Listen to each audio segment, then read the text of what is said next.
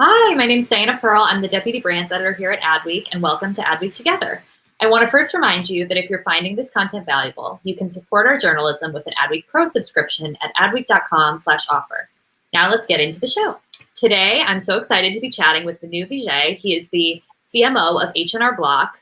And obviously, it's been a crazy time for all businesses, but especially when you're in the tax business and the money business and the financial business, there's a lot happening. Vinoo, thank you so much for joining us and being on the show today.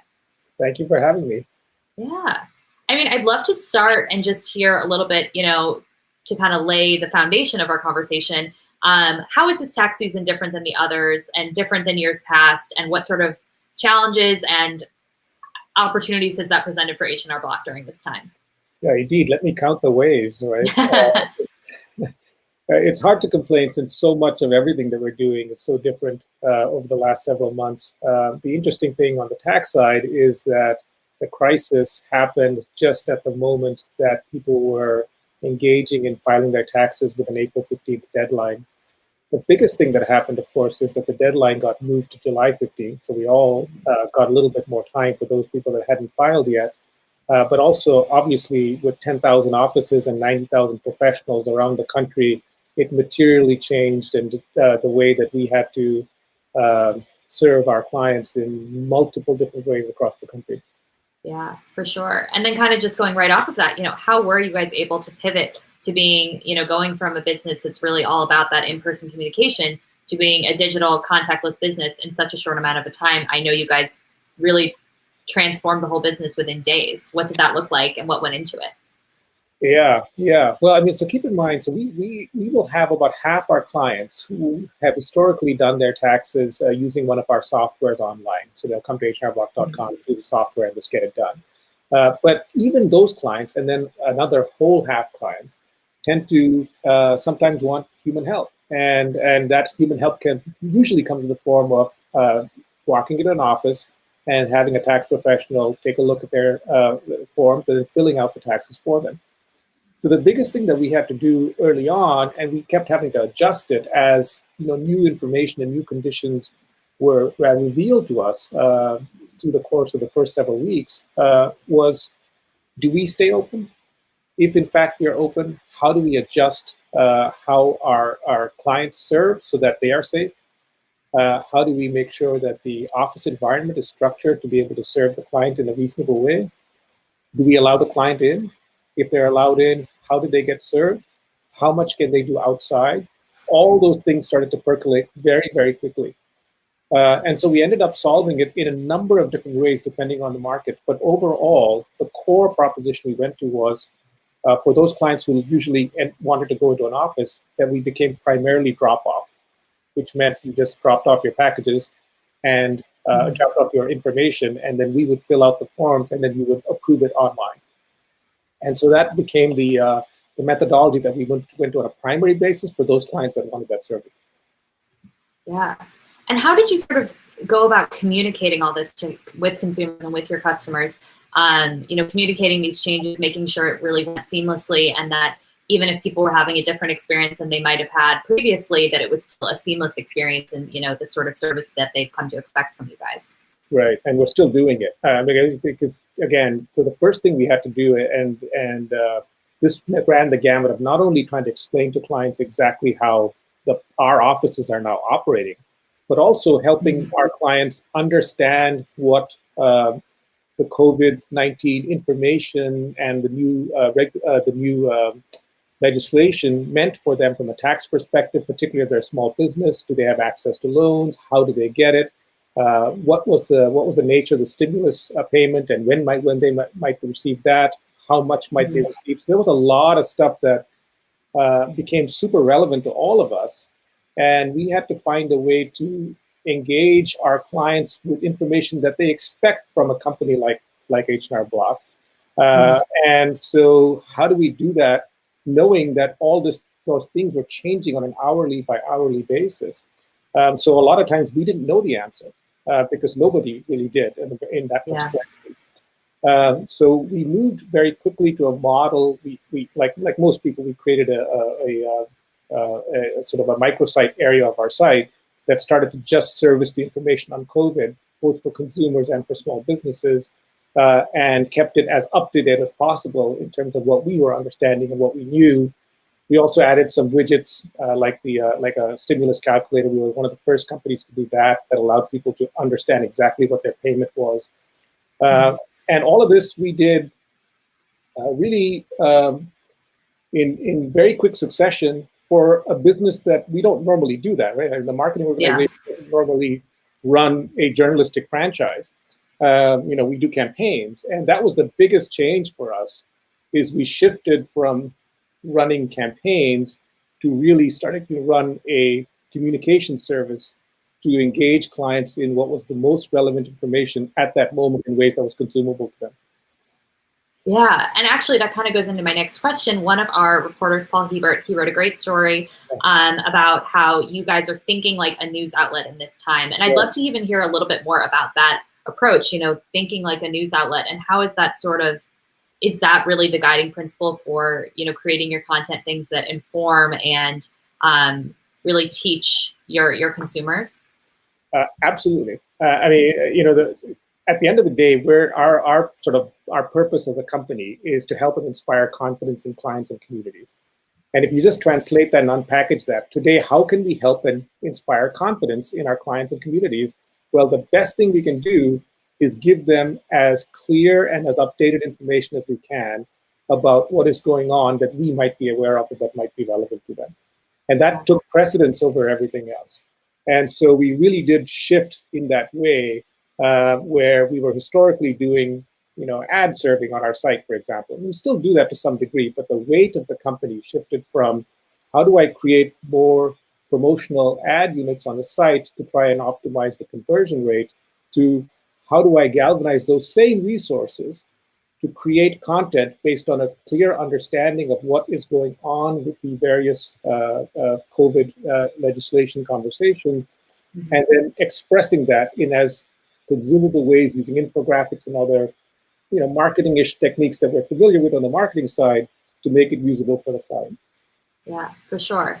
And then one note I also wanted to add for our viewers on LinkedIn right now, if you're tuning in and you have a question for Vinoo, please feel free to add it into the comments, and then I can ask him, and I can and we can get some of the audience questions in. Right. I'd love to hear about you talked about how you guys are acting more like a newsletter. You're doing a lot of content creation, which is sort of new for you. I'd love to hear what are some of the other new initiatives you've rolled out within the past 2 months, as this has really, our normal has changed. Indeed it has. Indeed it has. One of the, so again, we went back to first principles and said, what can we control? There's a lot of things that are not in our control today, and we have to just accommodate it as best we can. But there are some things that we can control. And one of those is we felt like, hey, the people that are helping the most, all of us, helping the most today are our frontline workers, our police, our EMT, our hospital workers, our firefighters. And we know there's at least one thing we can do for them that might be helpful, and that is to simply make our tax preparation process for them free. And so we took our virtual tax product, which was Tax Pro Go, which is basically a product that allows clients to submit their documents electronically, and then a tax pro, one of our tax pros, completes their tax return for them, and then just sends it back through that device and allows the client to approve it and then get their taxes filed.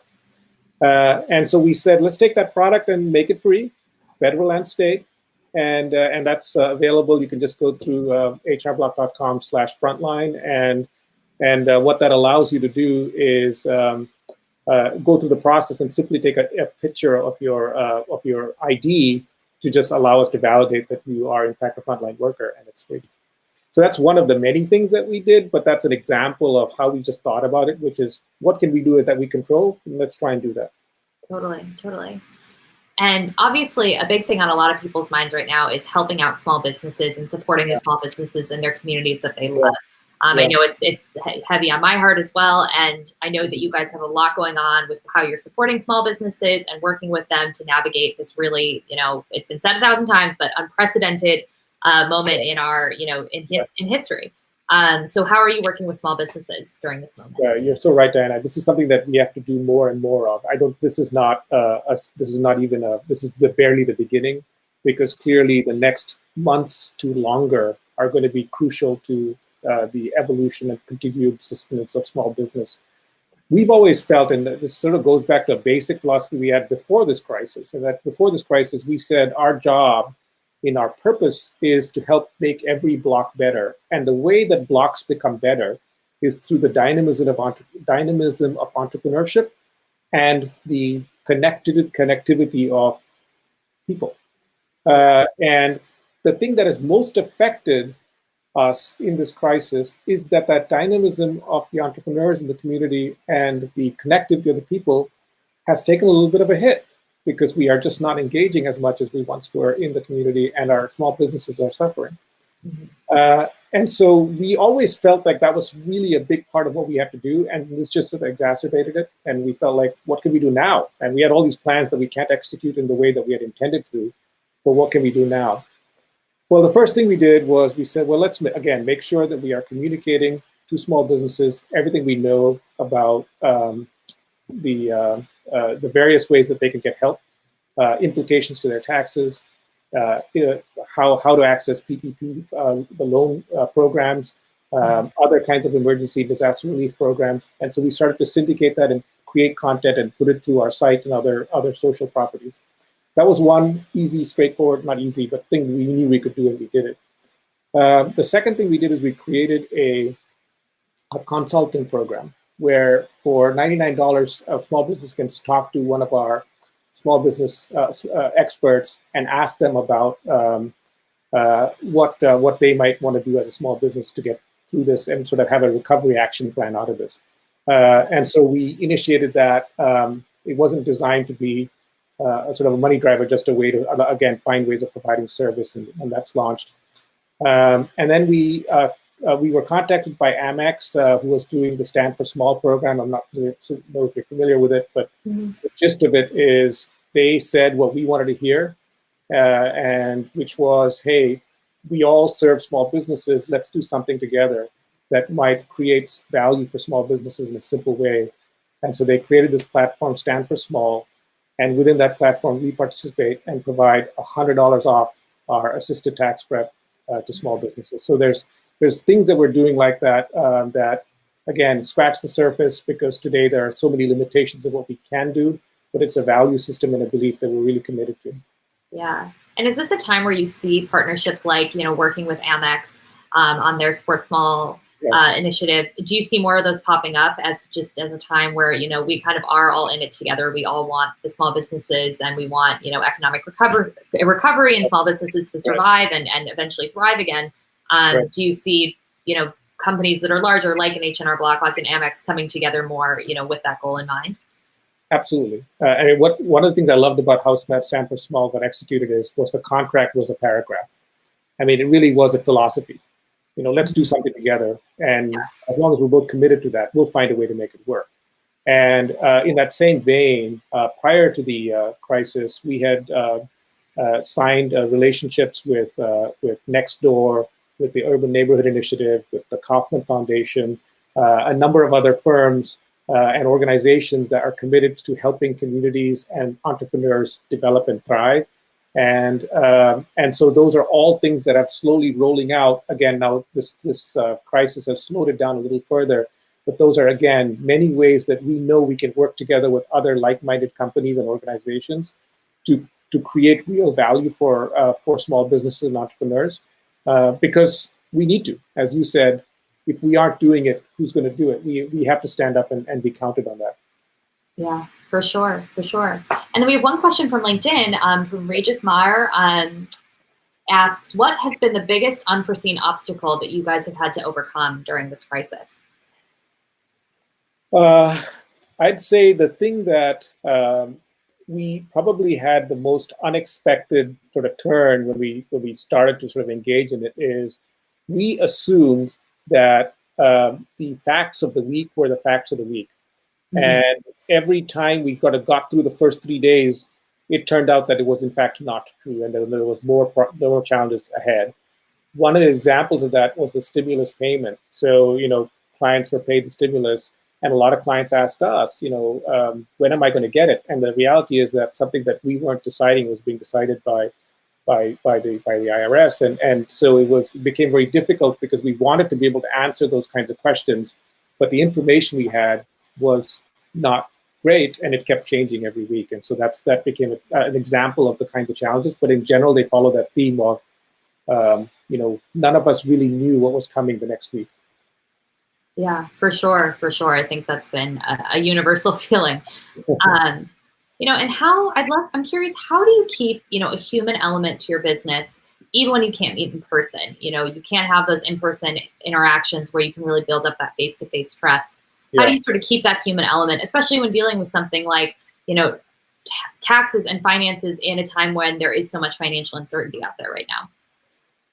It's a fantastic question. I don't know if we've totally cracked it yet, but you sort of hit on a core point, which is important, which is that we do want that human relationship and that human element.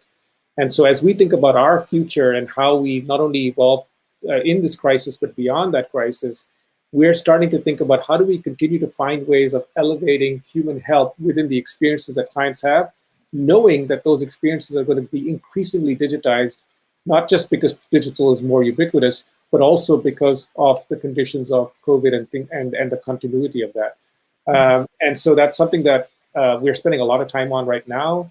How we're doing it today as an organization is, I suspect, how others are doing it as well, which is we get together a lot on video. Probably like you, Diana, I'm on video almost the entire day. I was mentioning to you, I take an hour break just so that I don't have to stare at a screen all day. Because that's what I'm doing when we're doing these. Just to get the break, but that's important. And what we found is just, having that connection by video reminds us of the connectivity of each other and what we're really trying to accomplish together. And it's just, email is not a substitute for that. And so we value and love that. And we continue to do it as an organization. And then the part as far as getting your taxes done, we have found many ways of connecting the human help into our digital experiences today. So if you use one of our digital products, for example, we have online assistance that allows you to connect with an actual tax pro remotely to help. I talked about Tax Pro Go, which is that product that we're providing free to frontline workers, which is, again, a way to provide digital engagement with actually engaging with a human live via the digital technology. And so those things will continue, but at the heart of your question was, where's the heart in that, the heart of the human connection? And that, I think, is just a continued exploration of how we find that and how we manifest that in an environment where we can't be together. Yeah, for sure. And, kind of shifting to the conversation of, brands in general, I've heard so much discussion around how should brands act? How has the coronavirus changed the way, what consumers are really looking for from brands? I think, it's been a trend in recent years more than ever that people are looking to brands to sort of take a stand and have a point of view and stand for something. Do you think that this is just going to accelerate that? And what do you think that consumers are really looking for from brands during this time and in, the months as we sort of recover and rebuild? It's a great question. I think it absolutely does, but I think there's a subtlety to that at least for me is really important. I think what this has revealed for us is that we are all interconnected, and one action in one place affects all of us, whether we like it or not. Mm-hmm. And so our contribution to our interconnected ecosystem is incredibly important. And that contribution cannot be judged on the basis of winning and losing or leadership that is about separation from the pack, but really about bringing together communities and working within the construct of the structures that connect communities. And so that's why things like our engagement with the Urban Neighborhood Initiative or Kaufman is an illustration of that I'm glad we were on before. One of the points that we often talk about as a company is this notion of loneliness. And I'll just spend a second on it, Diana, because it connects to your question. Loneliness is an epidemic in the country. It was before the crisis, and it'll continue to be after the crisis. Unless we start taking legitimate action against it.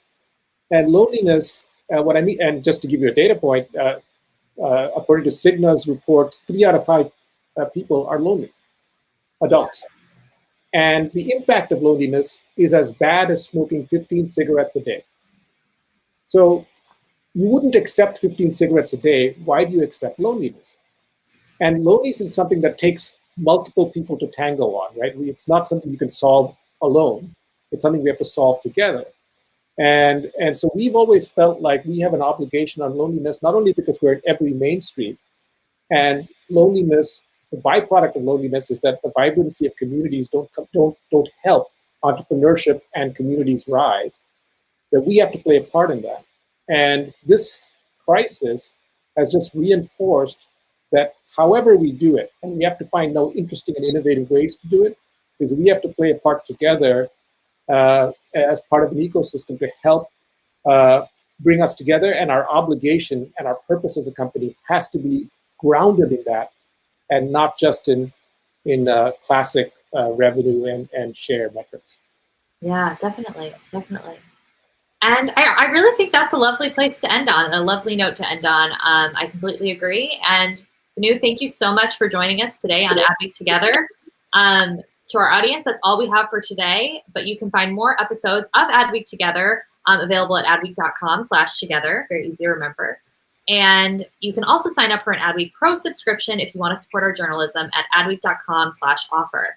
Thank you so much for spending part of your day with us, and take care and have a great weekend. And thank you again, Vinoo, for joining us. Thank you again. Thank you.